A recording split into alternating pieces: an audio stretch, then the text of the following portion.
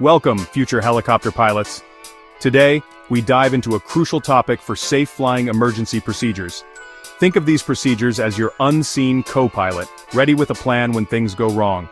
Knowing what to do ensures the safety of yourself, your passengers, and your aircraft. Helicopters are magnificent machines, but they can malfunction. Preparation is key to managing these situations. This preparation begins on the ground, long before you lift into the air.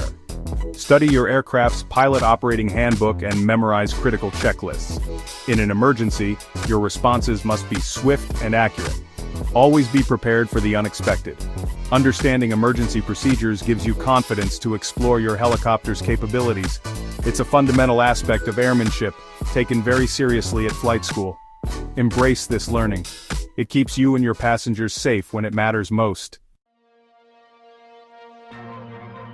In our flight training syllabus, Lesson 26 is a cornerstone for building your emergency preparedness. This lesson focuses on recognizing and reacting to critical in-flight emergencies like engine failures, tail rotor malfunctions, and in-flight fires. Lesson 26 isn't just about reading a list of steps. It's about understanding the why behind each action and practicing these procedures until they become second nature. The primary goal of Lesson 26 is to equip you with the immediate action items for each type of emergency. These are often called memory items or bold-face procedures because you need to know them by heart. When an emergency strikes, there's usually no time to leisurely flip through a checklist. Your initial response must be immediate and correct. Lesson 26 drills these initial steps, ensuring you can stabilize the aircraft and begin the appropriate emergency descent or maneuver without hesitation. We also discuss the crucial follow-up actions once the immediate situation is under control, guiding you through the complete emergency checklist. Recognizing the subtle cues that an emergency is developing can give you precious extra seconds to react. This lesson teaches you to be attuned to your aircraft, to listen to what it's telling you. We'll cover the specific symptoms associated with engine power loss, tail rotor issues, and the first signs of a fire, helping you to diagnose the problem quickly and accurately. This diagnostic skill is just as important as knowing the corrective actions. One of the most critical emergencies covered in Lesson 26 is engine failure. The first and most important action in an engine failure is to enter an auto rotation. This is a state where the main rotor is driven by the upward flow of air rather than the engine, allowing you to maintain rotor RPM and control your descent. The key is to lower the collective immediately to reduce pitch on the main rotor blades, allowing them to windmill freely. The recommended airspeed for an auto rotation varies between helicopter models, but a typical target might be around 60 to 70 knots. During an engine failure, maintaining this airspeed helps ensure that you have enough energy stored in the rotor system for the flare and touchdown. Once the auto rotation is established, your focus shifts to selecting a landing site. You'll be looking for an area that is reasonably flat, clear of obstacles, and preferably into the wind. The final phase of an auto rotation involves a flare to reduce your forward speed and rate of descent, followed by cushioning the landing with the collective. Lesson 26 and subsequent practice will help you develop the judgment needed for this maneuver. Regular practice of auto-rotative entries and approaches under instructor supervision builds the confidence and skill needed. When an engine failure occurs, your immediate actions are critical. These are the bold-face items from your emergency checklist that you must perform from memory. The very first step, as we've discussed, is to lower collective immediately. This action is paramount to maintain rotor RPM. Simultaneously, you will need to adjust cyclic to achieve the recommended auto-rotative airspeed and use anti-torque pedals to maintain heading. The second immediate action is to establish auto-rotative glide at the correct airspeed. For many training helicopters, this might be around 65 knots, but always refer to your specific aircraft's POH. While establishing this glide, you should also adjust collective to maintain rotor RPM in the green arc. The third crucial step is to select a suitable landing area. This involves quickly scanning the terrain below and ahead for the best possible spot.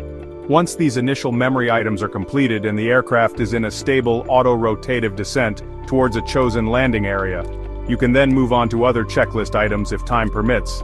This might include attempting an engine restart, if altitude and conditions allow, and if specified in the POH for your situation, making a mayday call, or securing the aircraft just before touchdown. However, the absolute priority remains flying the aircraft and executing a safe auto-rotation. Section 5. Dancing with danger handling tail rotor malfunctions. A tail rotor malfunction is another serious emergency that Lesson 26 prepares you for. The tail rotor counteracts the torque of the main rotor, keeping the helicopter pointing straight. If it fails, the helicopter will tend to yaw uncontrollably. Recognizing the symptoms early is key. You might feel an uncommanded yaw, hear unusual noises from the tail, or find the pedals unresponsive or behaving erratically. If a tail rotor failure occurs at cruise speed with sufficient airspeed, the helicopter's vertical fin may provide enough aerodynamic stability to counteract some of the main rotor torque. In this scenario, the immediate action is often to maintain airspeed and enter auto-rotation if control is lost. If you can maintain some directional control, you might attempt a run-on landing at a safe airspeed. In the event of a complete loss of tail rotor thrust at lower airspeeds or in a hover, the situation is more critical as the fuselage will rotate rapidly. The immediate response here is often to close throttle and enter auto-rotation by lowering the collective and reducing engine power. Lesson 26 will guide you through the different types of tail rotor failures and their corresponding checklists. Section 6. Fire in the sky. Extinguishing an in-flight threat. An in-flight fire is one of the most feared emergencies. Lesson 26 provides guidance on handling it. Whether it's an engine, electrical, or cabin fire, your actions focus on extinguishing it or landing quickly. Smoke, flames, or erratic instrument readings indicate a fire. Identifying the fire source dictates the checklist you follow. For an engine fire, shut off the fuel supply and activate the fire suppression system. Enter auto-rotation and select a landing site. Land immediately even if off airport. For an electrical fire, isolate the faulty component. Turn off the battery switch. Then, turn off the alternator or generator switch. Close vents to prevent smoke from entering the cabin. If the fire can't be extinguished, land immediately. Initiate a descent and select the nearest landing area. Once on the ground, evacuate promptly and move to a safe distance. Section 7. Beyond boldface amplified checklists and normal operations. While Lesson 26 focuses heavily on the immediate action items for emergencies, it's also important to understand the role of amplified checklists and the discipline of normal operating procedures. Amplified checklists provide more detailed explanations and considerations for each step in both emergency and normal procedures. They explain the why behind an action, not just the what. Using checklists for normal operations such as pre-flight, engine start, run-up, pre-takeoff, cruise, pre-landing, and shutdown is a fundamental habit of a good pilot. These checklists ensure that you don't miss any critical steps that could affect the safety of your flight. The consistent use of checklists builds a strong foundation of airmanship. It reinforces your knowledge of the aircraft's systems and procedures. When you diligently follow normal procedure checklists, you are more likely to recall and correctly execute emergency procedure checklists under stress.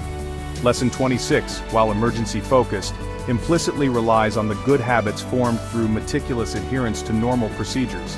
Understanding the amplified information allows for better decision-making. This expanded knowledge gives you a deeper understanding of the helicopter's systems and the principles behind the procedures. Section 8. Performance is paramount flying within your helicopter's limits.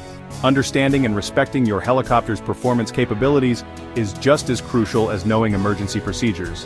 The performance section of your Pilot Operating Handbook, or POH, is a critical guide to safe operation. This section provides data on takeoff and landing distances, rate of climb, cruise performance, hover ceilings, and various airspeed limitations under different conditions of weight, altitude, and temperature. Flying outside these tested and certified parameters can lead to degraded performance, loss of control, or even structural failure. Lesson 26 indirectly touches upon performance because your ability to handle an emergency is heavily influenced by the helicopter's performance state at that moment. Knowing your hover out-of-ground effect and hover in-ground effect capabilities before every flight, based on current conditions, is essential for safe operation. Weight and balance are intrinsically linked to performance. An overloaded or improperly balanced helicopter will not perform according to the POH charts. Always ensure your calculations are accurate and that you are operating within the certified weight and center of gravity limits. Adhering to the performance parameters outlined in the POH is a non-negotiable aspect of flight safety. Section 9. The foundation of flight maintenance, weight, balance, and preparedness. Proper maintenance, weight, and balance are the unsung heroes of aviation safety. A well-maintained helicopter is less likely to experience mechanical failures. Adhering to scheduled maintenance and addressing discrepancies promptly reduces risks. You, as the pilot, are the first line of defense. Weight and balance are critical for stability and performance. An improperly loaded helicopter can be dangerous. Always calculate weight and balance before every flight. Ensure the gross weight and center of gravity are within limits. This isn't just paperwork, it's a fundamental safety check. Handling procedures minimize stress and ensure predictable responses. Smooth, coordinated control inputs contribute to safety. Embrace a culture of safety, use checklists, and be prepared for the unexpected.